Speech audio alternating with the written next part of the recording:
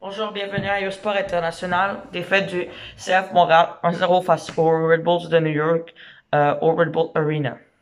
Euh, un but à la dernière minute des Red Bulls et une victoire de 1-0 de leur part après un match qui a un rythme très lent pour les deux équipes. Et c'est peut-être le match le plus ennuyant de l'année du CF Montréal qui se finit encore avec un but à la dernière minute de l'adversaire. Et on dirait que ça arrête pas d'arriver. Et comme on dirait qu'à chaque match, il y a toujours un but à la dernière minute et ça fait mal au niveau des points. Je pense sérieusement si on louait pas tous ces buts à la dernière minute, on pourrait être comme troisième. C'est juste qu'on dirait qu'à chaque deux matchs, il y a toujours un but à la dernière minute. Ça arrivait contre Toronto au dernier match, ça arrive maintenant.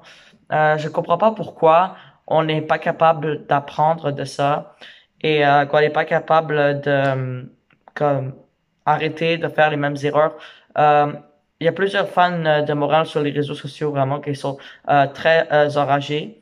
Et j'ai vu euh, des personnes qui disaient que on doit trouver une façon de changer ça parce que à la dernière minute, à louer des buts, tu peux juste, on dirait qu'il y a comme pas d'équipe au monde, à part Montréal, qui a loué des buts à la dernière minute après chaque match.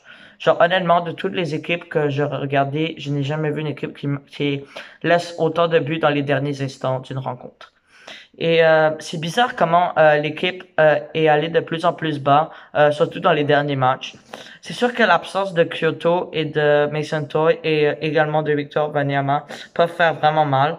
Surtout celle de Kyoto et de Toy, mais Toy il est pour toute l'année blessé, mais Romel Kyoto de son côté, il va pouvoir revenir bientôt. Euh, et je pense que Joaquin Torres, après son début de saison, doit nous montrer beaucoup plus.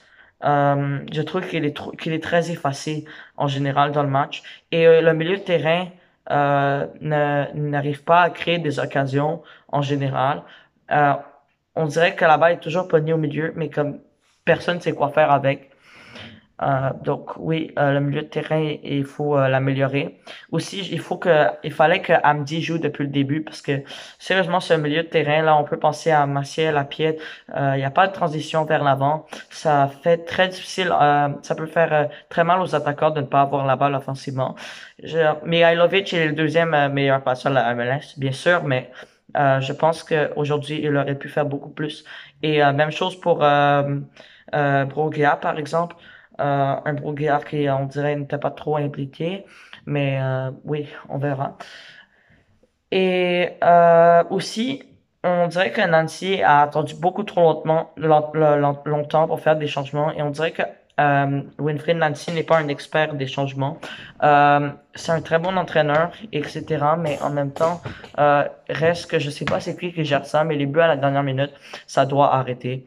En plus, ça fait des années que Montréal n'arrive pas à trouver une solution de ne pas louer des buts à la dernière minute. Ça date depuis comme 2017, ça, les buts à la dernière minute, et c'est très frustrant pour un peu tout le monde. Mais bon, maintenant Montréal qui se place dans une position un peu difficile, vont probablement devoir gagner leurs deux derniers matchs pour s'être qualifiés. Mais par contre, on a quand même des bonnes nouvelles. La dernière fois que j'ai vu, Columbus menait 3-1 contre DC. Et ça fait que DC va pas être très bien placé et on va pouvoir les dépasser. Et ça fait un adversaire de plus. Une autre bonne nouvelle, c'est que Atlanta n'a pas réussi à prendre 3 points face à Toronto. Un match nul de 1-1. Mais c'est tellement décevant de voir tous ces matchs à la dernière minute depuis le début de la saison qu'on a perdu, ou bien 2 points perdus, ou bien trois, ou bien un point perdu. C'est très achalant que ça arrive à chaque fois. Et en plus, on dirait qu'il n'y a rien eu pendant tout le match. Et depuis le début, on voyait que c'était un peu un match nul à saveur d'une défaite. Et je pense que ça a été un peu mérité le but.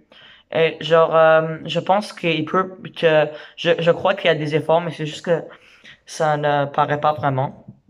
Et l'équipe, en général, en ce moment fait beaucoup de matchs nuls, mais là, enfin, disons, ils ont finalement perdu, comme ça l'était bien mérité.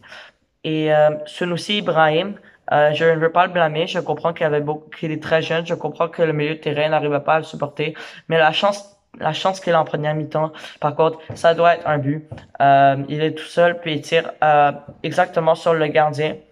Mais bon, je pense que toute l'équipe n'arrive pas à combler les absences importantes de Wanyama, de Kyoto et de Toy. Et puis je trouve qu'on pourra pas, comment on pourrait faire les séries avec une attaque composée de Torres et Sunusi. Déjà ça marche pas. Mais imaginez en plus, on n'a pas de milieu de terrain pour leur passer la balle.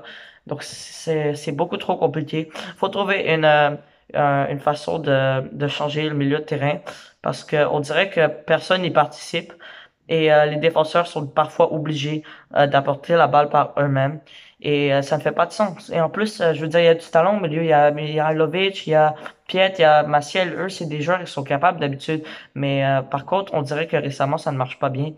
Puis on dirait que ça fait des années que c'est des histoires comme ça pour le CF Montréal, les buts à la dernière minute. Faut absolument que ça cesse. Il faut que les personnes qui s'occupent de la mentalité trouvent une façon de régler ce problème. Merci de m'avoir écouté et bonne soirée.